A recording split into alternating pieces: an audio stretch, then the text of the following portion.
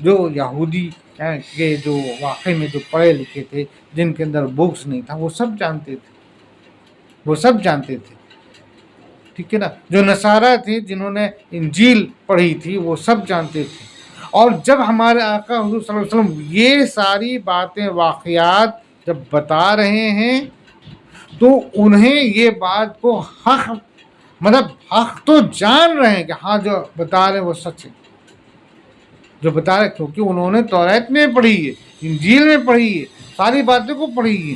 اور وہ لوگ جو برسوں زمانے جن کے واقعات کے بارے میں ہمارے آقا حضور صلی اللہ علیہ وسلم یہاں بتا رہے ہیں، جنہیں معلوم ہے وہ بھی جاننے کی یہ تو صحیح بات ہے، ایسا میرے باپ دادا نے کل گزرا ہوا ہے.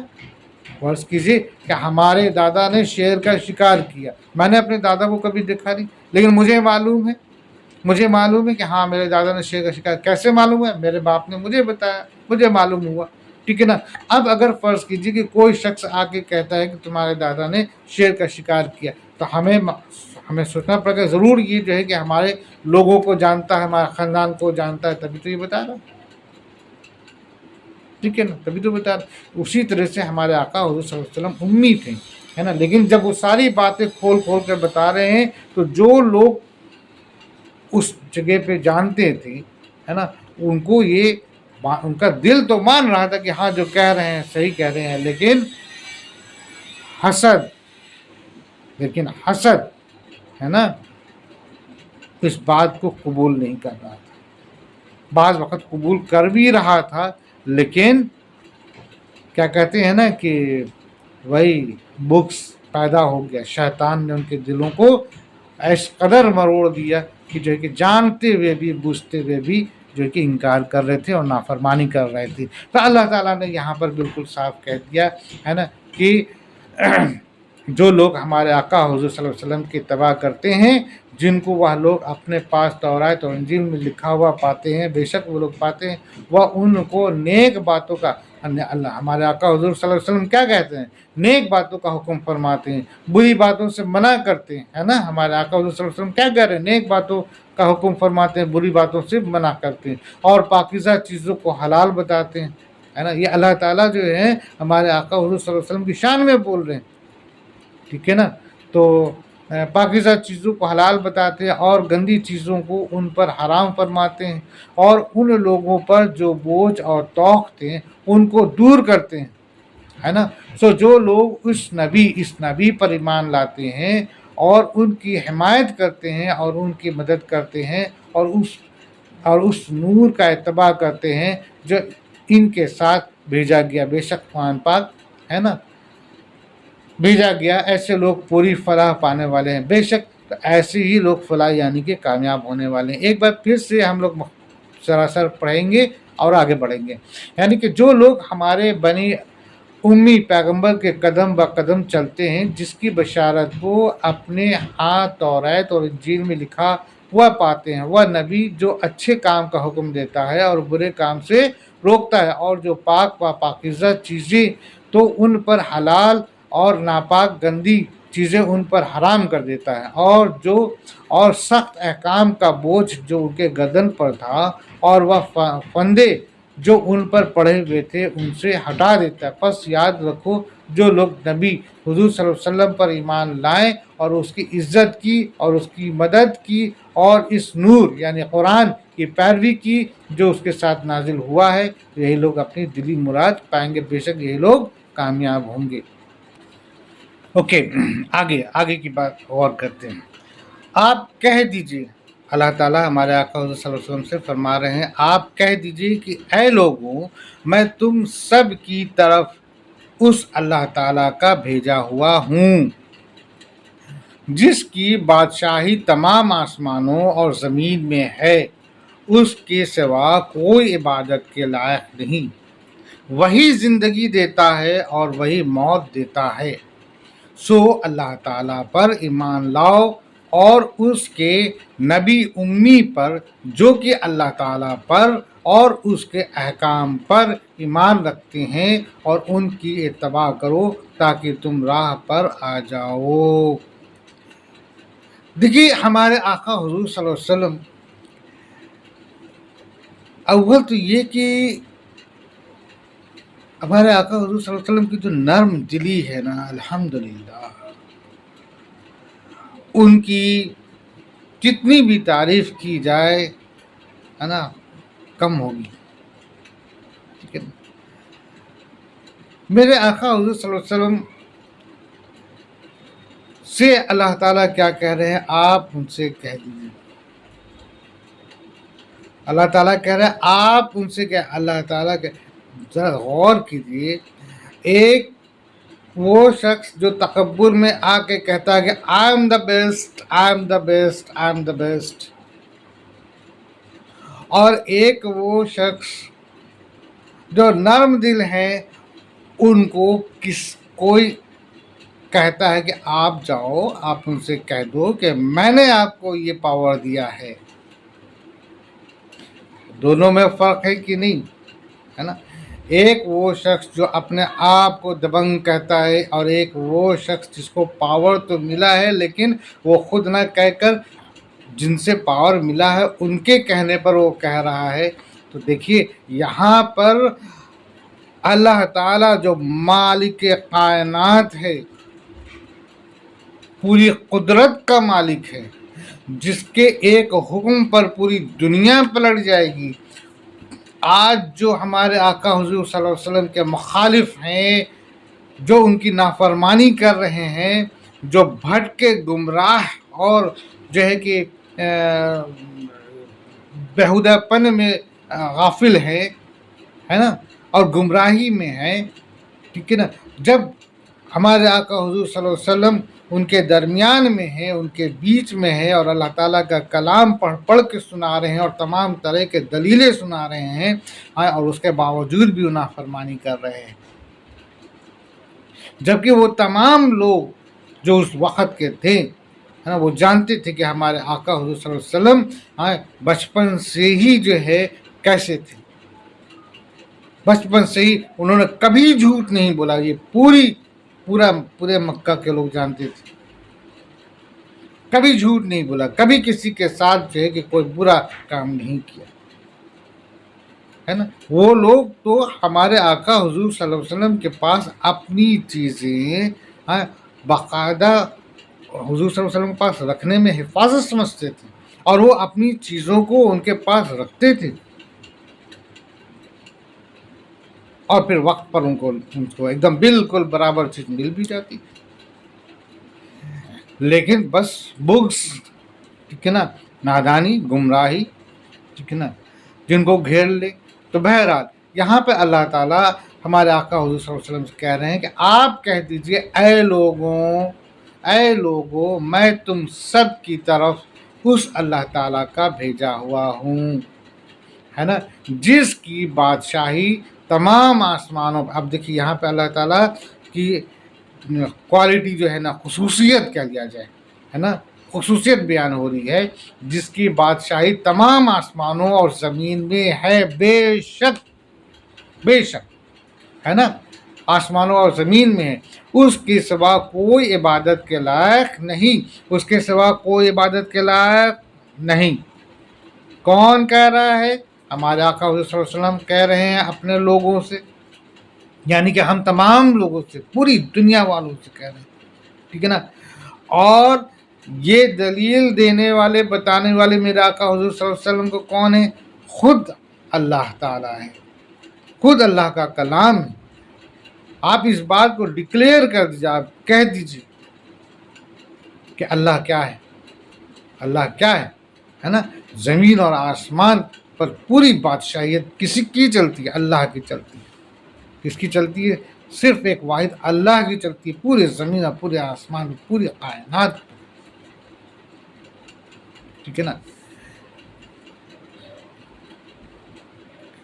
ٹھیک ہے، اوکے. اس کے سوا کوئی عبادت کے لائق نہیں، اللہ کے سوا کوئی عبادت کے لائق نہیں. ٹھیک ہے نا. وہی زندگی دیتا ہے اور وہی موت دیتا ہے، وہی زندگی دیتا ہے اور وہی موت دیتا ہے. سو اللہ تعالیٰ پر ایمان لاؤ، سو اللہ تعالیٰ پر ایمان لاؤ، اور اس کے نبی امی پر، ہے نا. اب اللہ تعالیٰ فرما رہے ہیں حضور صلی اللہ علیہ وسلم سے، حضور صلی اللہ علیہ وسلم اللہ تعالیٰ کا کلام پڑھ رہے ہیں، ہے نا. اللہ تعالیٰ پر ایمان لاؤ اور اس کے نبی امی، یعنی کہ وہ نبی جس کو علم ہے نا پہلے سے نہیں تھا، اللہ نے دیا ہے نا، جس نے کبھی کوئی کتابیں پڑھی نہیں تھی لیکن سب چیزیں اللہ نے سکھایا. یہ کہہ لیا جائے کہ ان کی پوری پرورش اللہ نے کیا، ٹھیک ہے نا. نبی امی پر جو کہ اللہ تعالیٰ پر اور اس کے احکام پر ایمان رکھتے ہیں، یعنی کہ ہمارے آقا حضور صلی اللہ علیہ وسلم اللہ تعالیٰ پر ہے نا اور ان کے تمام احکام پر یقین رکھتے ہیں، ایمان رکھتے ہیں، ہے نا، اور ان کی اتباع کرو. اور اللہ تعالیٰ کہہ رہے ہیں کہ ہمارے آقا حضور صلی اللہ علیہ وسلم کی اتباع کرو تاکہ تم راہ پر آ جاؤ. دیکھیے اللہ تعالیٰ کیا کہہ رہے ہیں، اللہ تعالیٰ کیا کہہ رہے ہیں کہ حضور صلی اللہ علیہ وسلم کی اتباع کرو، یعنی کہ ان کے طریقے پر چلو تاکہ تم راہ راست پر آ جاؤ، ہے نا، تاکہ تم راہ پر آ جاؤ، گمراہ ہو راہ پہ آ جاؤ. ایک بار پھر سے مختصر میں پڑھتے ہیں.